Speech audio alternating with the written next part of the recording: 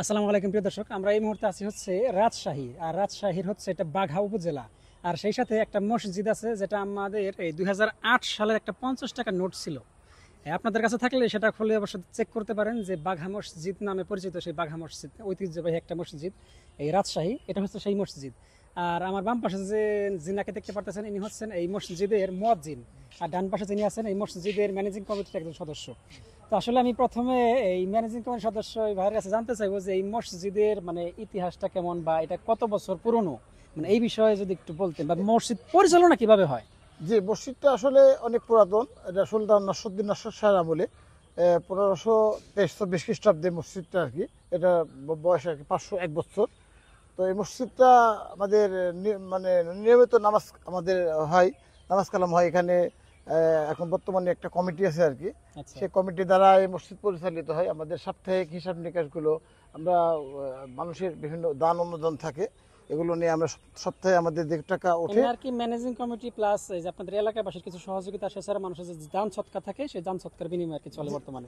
ঠিক এই যে এই মসজিদটাই প্রিয় দর্শক আপনারা দেখতে পাচ্ছেন যে 50 টাকা নোটে ছিল, ঠিক এই মসজিদটাই।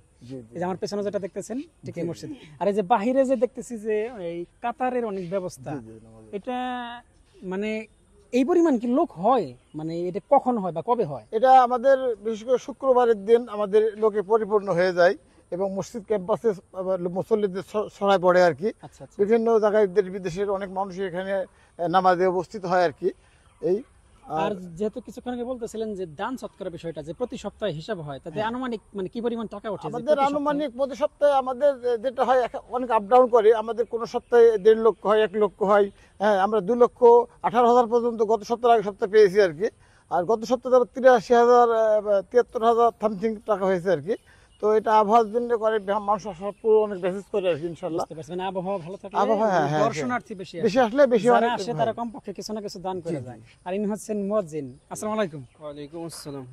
আসলে মুয়াজ্জিন সাহেব, এই যে আপনি যে নামাজ আদায় করেন বা নামাজ নিয়মিত তো পড়েন, তাতে মুসল্লি কিরকম হয়? মানে স্থানীয় মানুষ ছাড়া কি বাহিরের কেউ হয় এরকম ভাবে মসজিদে? জি, বাহিরের মুসল্লি অনেক আসে, এখানে স্থানীয় মুসল্লি অনেক আসে, বিশেষ করে এখানে বাজার এলাকা, আচ্ছা আচ্ছা। হাট বাজার ব্যবসায়ী দোকানদাররা অনেক, মানে প্রতি ওয়াক্তেই মানুষ বেশি হয় আর কি। এছাড়া কি প্রতিদিন বাহির থেকে মানুষ আসে? যেটা আপনি প্রতিদিনই বাইরে থেকে মানুষ আসে, বিশেষ করে শুক্রবারের দিন বেশি আসে। এখানে আসলে বুঝতে পারবেন মনে হয় অনেক অনেক মানুষ। বাইরে কাতারে দেখছি, কাতারেও মানুষ পরিপূর্ণ, বাহিরেও মানুষ অনেক সময় নামাজের জায়গা করা লাগে। প্রিয় দর্শক, আমরা পুরো মসজিদটা একটু ঘুরে দেখানোর চেষ্টা করবো যে এটা একেবারে সেই 501 বছর যেহেতু মসজিদ, তার মানে এটা একটা ঐতিহ্য। আর সেই ঐতিহ্যবাহী একটা মসজিদে আমরা আছি, এটা হচ্ছে রাজশাহীর বাঘা মসজিদ। আপনাদের কিছুক্ষণ আগে দেখালাম, তো আমরা পুরো মসজিদটা একটু ঘুরে দেখাবো আপনাদের, আমাদের সাথে থাকবেন। ধন্যবাদ। যে প্রতিষ্ঠিত কত সালে হয়েছে এবং কি যে প্রতিষ্ঠা করছে তার নাম সহ। আসেন, ভিতরে আসেন। আর এটা হচ্ছে দান বাক্স না? আচ্ছা। এই যে ওয়ালটা প্রস্তুত, হ্যাঁ আমি বলছিলাম বেশি হবে, 6 ফিটের বেশি হবে এটা।